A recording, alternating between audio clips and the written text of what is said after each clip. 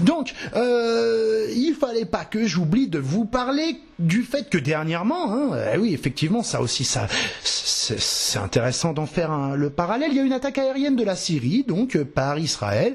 Vous ne tomberez donc pas de vos chaises en apprenant que Obama a d'emblée justifié cette démarche et pardonné d'avance toute autre fantaisie préventive qui passerait par la tête de l'État hébreu. Donc vous savez, le droit à se défendre contre toute menace, la méchanceté du monde, parce que selon la version officielle, il ne s'agirait pas de prêter main forte aux rebelles et de hâter la chute de Bachar, mais il s'agirait d'empêcher un transfert d'armes iraniennes pour le Hezbollah libanais qui aurait servi à attaquer Israël, blabla. Bon, Obama l'a dit, Israël peut intervenir où il veut pour empêcher ce genre de choses.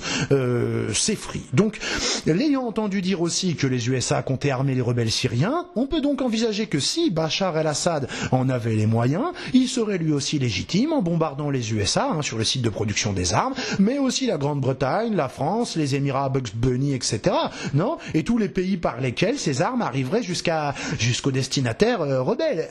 À moins, bien sûr, que nous ne soyons dans un cadre de guerre particulier où les règles ne s'appliquent pas à tous les belligérants, ce serait logique. Tiens, pour continuer dans le foutage de gueule de rayonnement intersidéral, l'affaire des S-300 là, qui doivent être ou qui auraient été livrés à la Syrie par la Russie, Israël donc monte le ton, menace de savoir quoi faire si la Russie livre les 10 missiles S-300. Vous imaginez un peu. Alors c'est quoi des S-300 pour que ce soit si grave? C'est des missiles en particulier qui seraient capables de plonger Israël dans une mare de lave dont Israël aurait encore une fois la certitude absolue que l'un de leurs ennemis n'ambitionne que de les détruire, quitte à être rayé de la carte pour ça. Eh ben non, figurez-vous que non, c'est même pas ça, des missiles S-300, a priori. Les S-300 dont la Syrie a interdiction morale de se doter, interdiction assortie d'un ultimatum, ce sont des batteries anti-aériennes, c'est-à-dire littéralement un système de défense permettant à l'État syrien d'abattre des avions dans son propre espace aérien. Je veux dire, il y a quand même qu'au XXIe siècle qu'on peut voir et entendre des choses pareilles. Enfin, on s'était habitué à ce que Bibi, Chetagnaourt et spécimens équivalents réclament et fassent valoir leur droit inaliénable à disposer seuls de la puissance de feu nécessaire pour vitrifier les pays alentours.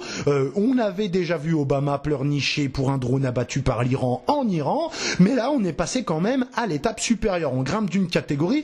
Israël parle de missiles S-300 qui, ouvrez les guillemets, romprait l'équilibre des forces si la Syrie en disposait, fermez les guillemets, et exploser encore une fois de rire et de rire.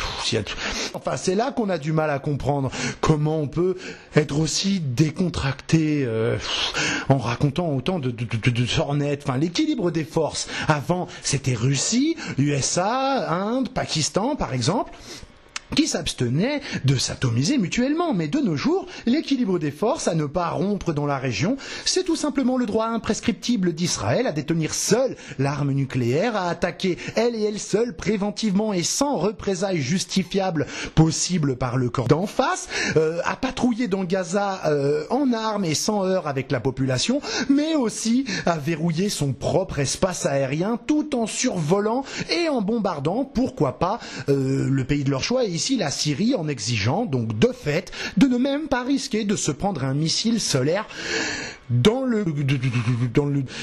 mais quand même, je suis admiratif, moi. C'est courageux. Oui, c'est vrai. Franchement, les responsables israéliens, pour le coup, je dois le reconnaître, sont courageux.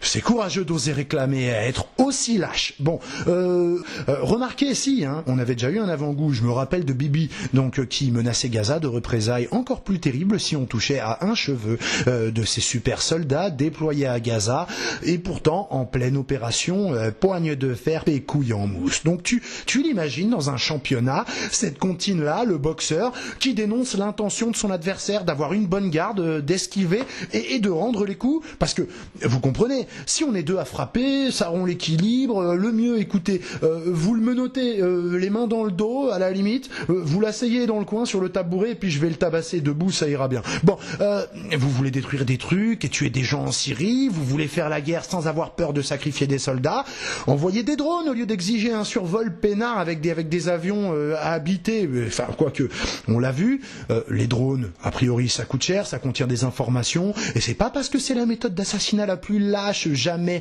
permise par la technologie, par ce cauchemar technologique qui permet de liquider, de liquéfier une cible humaine sans même qu'elle ne s'y attende à 10 000 bornes de distance comme à Pedal of Honor avec un joystick. Eh bien, c'est pas parce que un drone, il n'y a pas d'être humain dedans qui en meurt quand on l'abat et que en plus ça s'appelle un prédateur pour faire viril, que ça empêchera le camp du bien de pleurnicher si leurs ennemis leur pètent une de leurs petites machines à tuer. Mais franchement, de nos jours, je sais même plus ce que j'ai encore à vous dire, tellement c'est gros. Attendez, je fais le tri et je reviens. D'ici là, agrippez-vous comme à votre habitude au sommet